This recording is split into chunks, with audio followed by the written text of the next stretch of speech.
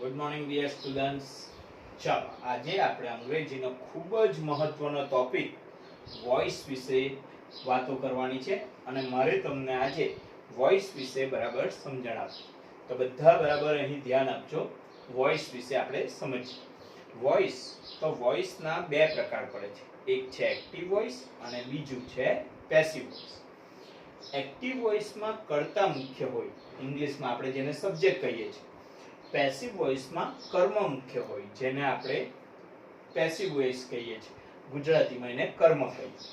તો active voice અને passive voice. તો જે વાક્યમાં કર્તા મુખ્ય હોય તેને કર્તરી રચના કહેવાય અને ઇંગ્લિશમાં એને એક્ટિવ વોઇસ કહેવાય. અને જે વાક્યમાં કર્મ મુખ્ય હોય તેને અંગ્રેજીમાં આપણે પેસિવ વોઇસ કહીએ છીએ. અને આપણને મોસ્ટ ઓફ એક્ઝામમાં એક્ટિવ વોઇસમાંથી પેસિવ વોઇસમાં ફેરવવાનું હોય એ એક્સરસાઇઝ પૂછાતી હોય છે. તો આપણે આજે એ જ શીખવાનું છે કે એક્ટિવમાંથી પેસિવમાં કેવી રીતે ફેરવવાનું તે. એક્ટિવ વોઇસમાંથી પેસિવ વોઇસમાં ફેરવતી વખતે આપણે ખાલી 4 સ્ટેપ ખ્યાલ રાખવાનો છે.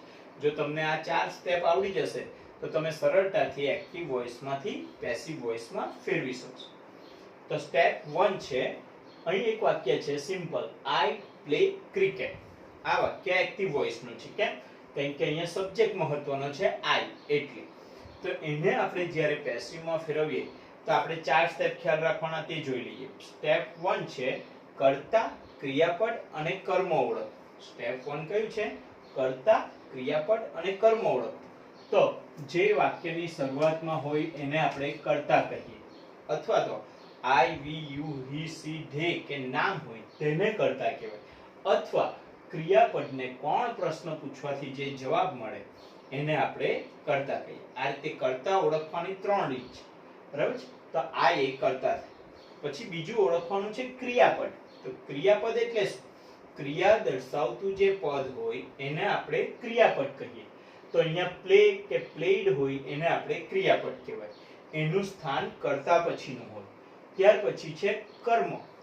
તો કર્મ કેવી રીતે ઓળખાય? તો ક્રિયાપદને શું એવો પ્રશ્ન પૂછવાથી, શું રમે છે? તો ક્રિકેટ. અથવા કોઈક વખત કોને પ્રશ્ન પૂછવાથી આપણને કર્મ મળે. તો આ રીતે પહેલું સ્ટેપ છે કર્તા, ક્રિયાપદ અને કર્મ ઓળખ.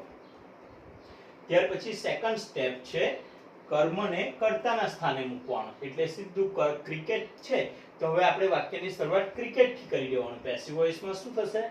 ક્રિકેટ થી શરૂ થશે. એટલે કર્મને કર્તાના સ્થાને મૂકવાનું. આ બીજું સ્ટેપ છે. ત્રીજું સ્ટેપ એટલે 3 શબ્દ ઉમેરવાના.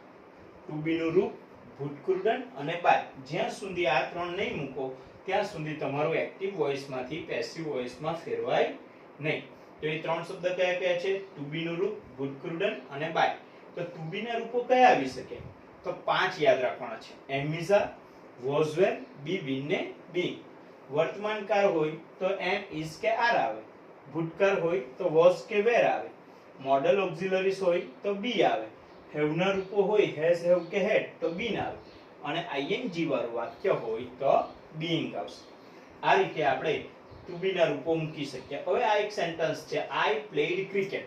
તો આમાં ભૂતકાળનું વાક્ય છે એટલે ક્રિકેટ પછી શું આવશે? વોઝ. ટુ બી નું રૂપ તરીકે શું આવશે? વોઝ. એટલે ક્રિકેટ વોઝ. પછી આપણે મૂકવાનું છે ભૂતકૃદન. તો પ્લે નું ભૂતકૃદન કે પ્લેડ નું ભૂતકૃદન શું થાય? પ્લેડ જ થાય. એટલે વોઝ પ્લેડ. ત્યાર પછી ત્રીજો શબ્દ મૂકવાનો છે બાય. એટલે આ રીતે આપણે 3 શબ્દ મૂકી દીધા. ટુ બી નું રૂપ, ભૂતકૃદન અને બાય. આ આપણું ત્રીજું સ્ટેપ થઈ ગયું. અને પછી આપણે આઈ નું મી કરવાનું છે, કર્તાનું કર્મ. એટલે આ રીતે આપણે એક્ટિવ વોઇસમાંથી પેસિવ વોઇસમાં સરળતાથી ફેરવીશું. તમે આટલો ખ્યાલ રાખજો એટલે તમે એક્ટિવમાંથી પેસિવમાં સરળતાથી વાક્ય ચેન્જ કરી શકશો. Okay, thank you.